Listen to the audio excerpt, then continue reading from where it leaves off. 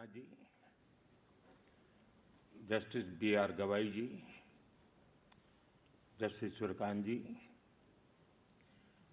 केंद्रीय मंत्रिमंडल के मेरे साथी श्रीमान अर्जुन राम मेघवाल जी, अटॉर्नी जनरल श्री वेंकट रमणी जी, बार काउंसिल के अध्यक्ष Manan Kumar Mishra ji, supreme court bar association के अध्यक्ष श्री कपिल सिब्बल जी, सुप्रीम कोर्ट के न्यायमूर्तिगण, पूर्व मुख्य न्यायाधीशगण, उपस्थित अन्य महानुभाव, देवी और सज्जनों, आपको सभी देशवासियों को संविधान दिवस की बहुत-बहुत शुभकामनाएं।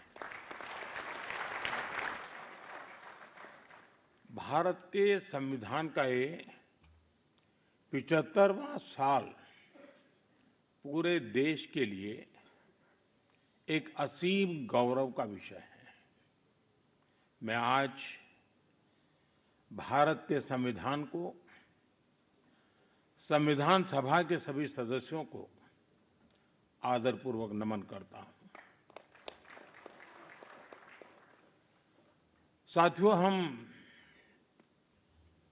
लोकतंत्र के इस महत्वपूर्ण पर्व का जब स्मरण कर रहे उस समय ये भी नहीं भूल सकते कि आज मुंबई में हुए आतंकी हमले की भी बरसी है। इस हमले में जिन व्यक्तियों का निधन हुआ, उन्हें मैं अपनी श्रद्धांजलि देता हूं। मैं देश का ये संकल्प भी दोहराता हूं कि भारत की सुरक्षा को चुनौती देने वाले हर आतंकी संगठन को मुंह तोड़ जवाब दिया जाएगा।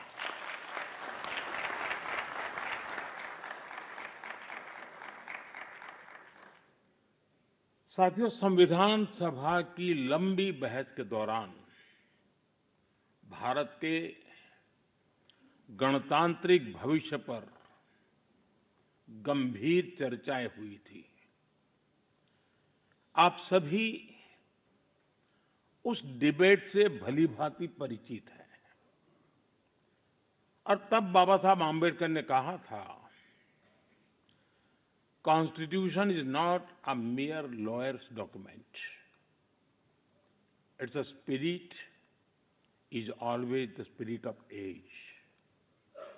जिस स्पिरिट की बात बाबा साहब कहते थे, वो बहुत ही अहम है।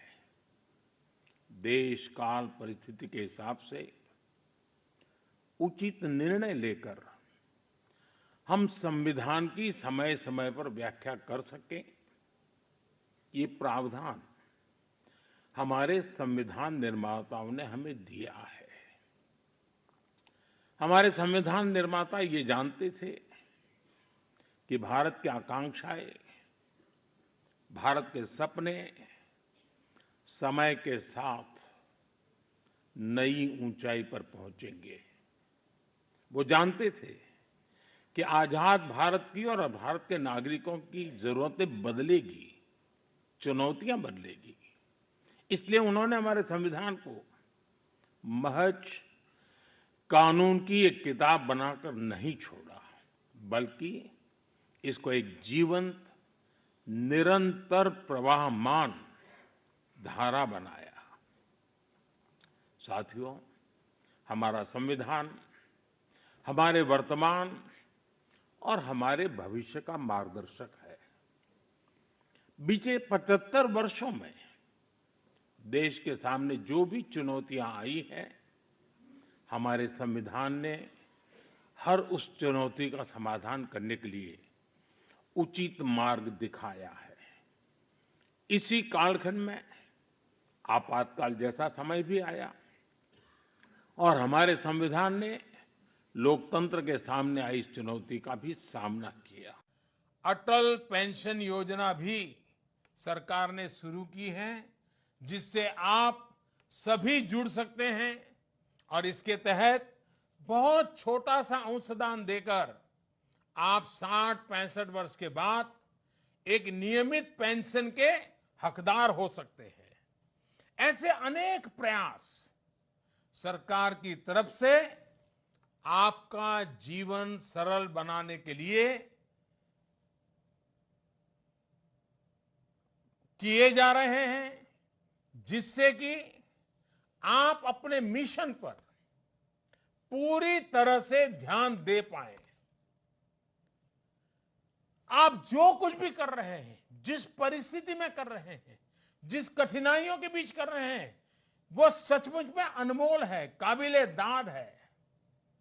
आपका, आपके परिवार का जीवन सही से चल पाए, इसके लिए कुछ सुविधाओं की घोषणा करते हुए आज मुझे प्रसन्नता हो रही है। आज मेरी लाखों ये जो मेरे भुजाएं हैं, ऐसे आप सबके सामने आज मेरे दिल से कुछ बातें कह रहा हूं, और मैं मानता हूं एक ऐसी शुरुआत मैं कर रहा हूं जो उज्जवल भविष्य की ओर ले जाने वाली है। और इसलिए मैं कहता हूं, आपको जो मिलता है उसमें केंद्र की भूमिका रहती है। केंद्र का जो हिस्सा है,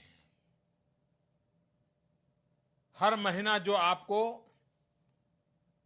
प्रोत्साहक राशि मिलती होगी, किसी को मानधन मिलता होगा, कोई मानदेय मिलता होगा, केंद्र का जो हिस्सा है उसमें बढ़ोतरी करने का हमने निर्णय किया है। सरकार ने तय किया है कि आप जो आशा कार्यकर्ता हैं, जिनको प्रोत्साहन राशि मिलती रहती है, केंद्र सरकार की तरफ से जो प्रोत्साहन राशि मिलती है, वो अब आज जो मिलती है उसको डबल करने का, 2 गुना करने का हमने फैसला लिया है। मैं देख रहा हूं आप सब तालियां बजा रहे हैं, आपकी खुशी मैं देख रहा हूं। इतना ही नहीं, सभी आशा कार्यकर्ताओं और उनकी सहायिकाओं, हेल्पर को प्रधानमंत्री जीवन ज्योति बीमा योजना और प्रधानमंत्री सुरक्षा बीमा योजना के तहत मुफ्त में बीमा सुरक्षा भी दी जाएगी। यानी दोनों मिलाकर के 4 लाख रुपए का आपका बीमा, यानी 2-2 लाख के तहत आपको, आपके परिवार के लिए सुनिश्चित की गई है। आपको इन योजनाओं के लिए आपको 1 पैसे का प्रीमियम नहीं भरना होगा। ये आपके प्रीमियम का खर्च भारत सरकार उठाएगी। कुछ दुखद होने की स्थिति में, आपकी जिंदगी में कोई ऐसी दुर्घटना हो जाए, तो ऐसी स्थिति में 2 लाख और 2 लाख यानी 4 लाख रुपया आपके परिवार को मिलेंगे। आपको बता दूं कि प्रधानमंत्री सुरक्षा बीमा योजना और जीवन ज्योति योजना के माध्यम से पिछले 4 साल में 20 करोड़ गरीबों को सिर्फ 1 रुपये महीने और 90 पैसे प्रतिदिन के प्रीमियम पर सुरक्षा कवच दिया गया है। आपको तो ये पैसा भी आपको नहीं देना है, वो सरकार देगी। इसके तहत 2 लाख तक का कवर सुनिश्चित किया गया है। यानी कुल मिलाकर 4 लाख। इन योजनाओं के अनेक लाभार्थियों को इसका लाभ भी पहुंचा जा चुका है। सुरक्षा बीमा योजना के तहत अब तक 19,000 से अधिक लाभार्थियों को लगभग 400 करोड़ रुपए की क्लेम राशि दी जा चुकी है। वहीं जीवन ज्योति बीमा योजना के तहत 1 लाख से अधिक लाभार्थियों को 2,200 करोड़ रुपयों से भी अधिक सहायता पहुंच चुकी है। 2,200 करोड़ रुपया कम नहीं होता है। वहीं आंगनवाड़ी कार्यकर्ताओं, केंद्र सरकार की तरफ से, ये मैं अब आंगनवाड़ी कार्यकर्ताओं के लिए कह रहा हूं, पहले मैंने आशा वालों के लिए कहा, केंद्र सरकार की तरफ से मिलने वाले, कहीं उसको मानदेय कहते हैं, कहीं उसको मानधन कहते हैं, उसको भी हमने बढ़ाने का फैसला किया है।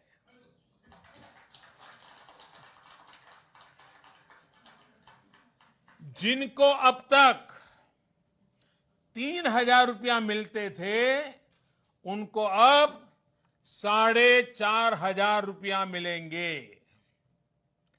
जिनका मानदेय 2,250 रुपये था, उसको बढ़ाकर 3,500 रुपये किया गया है। और ये सब केंद्र सरकार का मैं बोल रहा हूं, मैं राज्य सरकार नहीं बोल रहा हूं। वहीं आंगनवाड़ी सहायिकाओं को अब 1,500 की जगह पर 2,250 रुपये मिलेंगे। इतना ही नहीं, पोषण अभियान के तहत आईसीडीएस, सीएस जैसी तकनीक का इस्तेमाल करने पर 250 से 500 रुपये तक का अतिरिक्त प्रावधान भी किया गया है, जो कार्यकर्ता के उत्तम प्रदर्शन के आधार पर उनको विशेष रूप से मिलेगा। ये बढ़ा हुआ मानदेय हो, बढ़ा हुआ मानधन हो, या बढ़ी हुई प्रोत्साहक राशि हो, ये सब कुछ अगले महीने से ही, यानी 1 अक्टूबर से शुरू हो जाएगा। मतलब कि दिवाली के पहले 1 नवंबर को जब आपका तनख्वाह मिलेगा, तो ये नया तनख्वाह आपको मिलेगा, नया पैसा मिलेगा, अधिक पैसा मिलेगा, आपकी दिवाली और अधिक रोशन होगी। साथियों, स्वस्थ और सक्षम भारत के निर्माण में आप सभी की शक्ति पर मुझे, पूरे देश को पूरा भरोसा है। हमें मिलकर कुपोषण के खिलाफ, गंदगी के खिलाफ, मातृत्व की समस्याओं के खिलाफ सफलता